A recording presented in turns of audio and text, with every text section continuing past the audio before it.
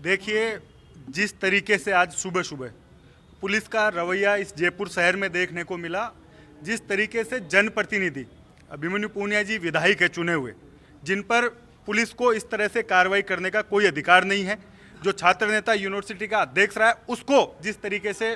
Police ने arrest किया exam देते हुए, ये बहुत दुर्भाग्यपूर्ण है। क्योंकि लगातार ये आंदोलन चल रहा था और हम सबको ये कि कल जब वार्ता हो गई थी उसके बाद भी अरेस्ट करना, ये इस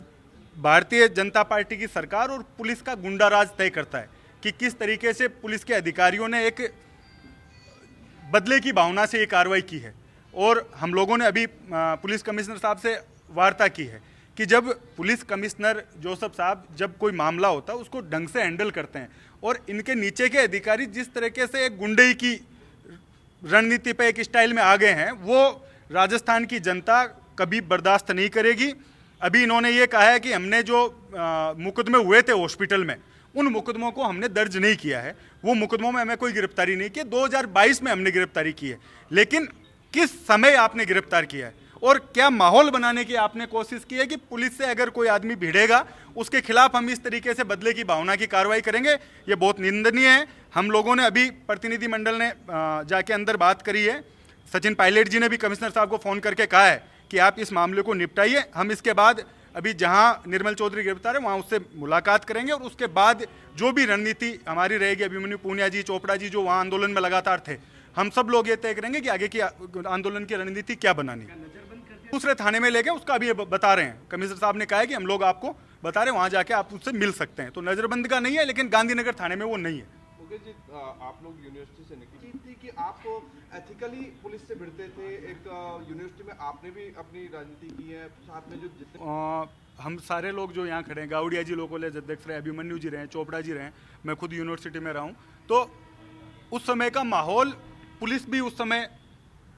सॉफ्ट होती थी ना, तो पुलिस इस तरीके का बिहेवियर करती थी छात्र नेताओं के साथ, और ना छात्र नेताओं का कई बार, जैसे अभी मुझे 1 साल की सजा किसी मामले में दी है पुलिस ने, हम लोग वहाँ बैठे थे यूनिवर्सिटी गेट पे, उसमें भी पुलिस ने मुकदमा दर्ज किया। लेकिन आज का समय क्योंकि सोशल मीडिया का, तो उसमें कई चीज़ें ऐसी वायरल हो जाती है जो उस समय नहीं होती थी। तो ये समय वही है, पुलिस शांत रहती है तो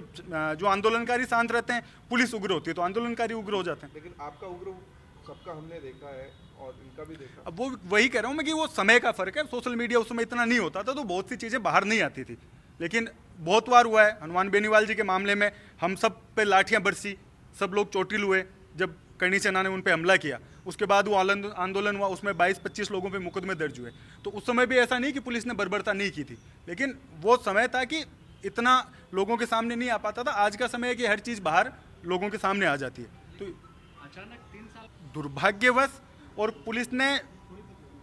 बदले की भावना से ये कार्रवाई की है। आप 3 साल पुराना मुकदमा है, जब इसका नॉमिनेशन था, चुनाव लड़ रहा था, उस दिन का ये मुकदमा है। उस दिन तो पुलिस ने जो वहाँ छात्र थे उन पर भी लाठियाँ बरसाई थी, लेकिन उस पर कुछ नहीं है। आप 3 साल बाद अचानक आकर ये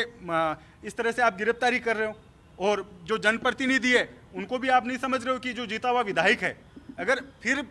जो जीते हुए विधायक और पार्टी अपने उस पर आएगी आंदोलन पे, तो फिर पुलिस को भी पता लगेगा कि किस तरीके से आप ऐसे इस तरीके से मिसबिहेव थोड़ी कर सकते हैं किसी के साथ। कमिश्नर साहब ने खुद ने कहा है कि भाई अभिमन्यु जी के साथ जो भी बात हुई या वहाँ से अरेस्ट करने का, डिटेन करने का मामला हुआ, उसको उन्होंने खुद ने भी कहा कि गलत तरीके से हुआ है। आगे हम पुलिस इसका ध्यान रखेगी। हम अभी इस मामले में ये रणनीति बनाएंगे कि आगे का किस तरह से हमें आगे जाना।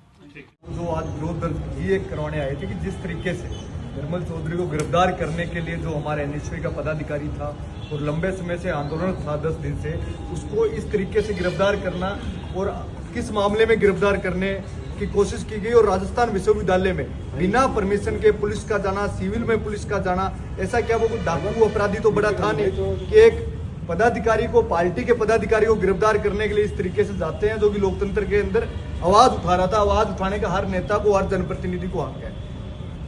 कमिश्नर साहब ने ये कहा है कि 2022 के मामले में हमने गिरफ्तार किया है, जिसमें वो नामजद था, उसके अलावा उस पर कोई मुकदमा है नहीं, ना उसको कोई नए मुकदमे के अंदर हमने गिरफ्तार किया। और जो 2 मुकदमे थे,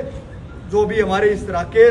डॉक्टर राकेश की जो हत्या हुई उस मामले में लगे, उसमें निश्चित रूप से उसमें कोई गिरफ्तारी नहीं हुई, और उसमें उनका समाधान करने का वो पूरा उन्होंने कहा है कि राज्य सरकार से बातचीत की है। और जोगाराम पटेल मंत्री जी ने कल हमें वार्ता के अंदर ये बात कही थी। तो उसमें कोई उसकी गिरफ्तारी नहीं हुई। 2022 का पुराना मामला है, उसमें गिरफ्तार हमने उसको लेकर आए हैं। लेकिन इस तरीके से जो मामला हुआ, इस तरीके से जनप्रतिनिधि के साथ हुआ,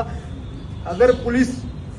राजस्थान के अंदर उन हत्या के आरोपियों को गिरफ्तार करे, बजरी माफियाओं को गिरफ्तार करे, डाकुओं को गिरफ्तार करे, तो राज्य सरकार की वाहवाही होगी, बल्कि जनप्रतिनिधियों को गिरफ्तार करने की बजाय। अगर पुराना मामला था, नामजद थे और अभी कमिश्नर साहब ने बता दिया, तो अब क्या आपका विरोध खत्म हो जाएगा या आगे कुछ और स्टेप? देखो, आगे आज क्या वार्ता रहती है, उसके मिलने के बाद हम आगे की वार्ता में आगे क्या कदम पार्टी उठाती है, क्या किस इशू को लेकर उठाती है। 2022 का मुकदमा उसका छात्र संघ का मुकदमा है, और पुराने मुकदमों में गिरफ्तारी होना, पुलिस ने मौका निकालकर उसको पुराने मामले में गिरफ्तार किया है। उस पर आगे क्या रणनीति पार्टी की रहती है, उस पर हम सब लोग आपसे बात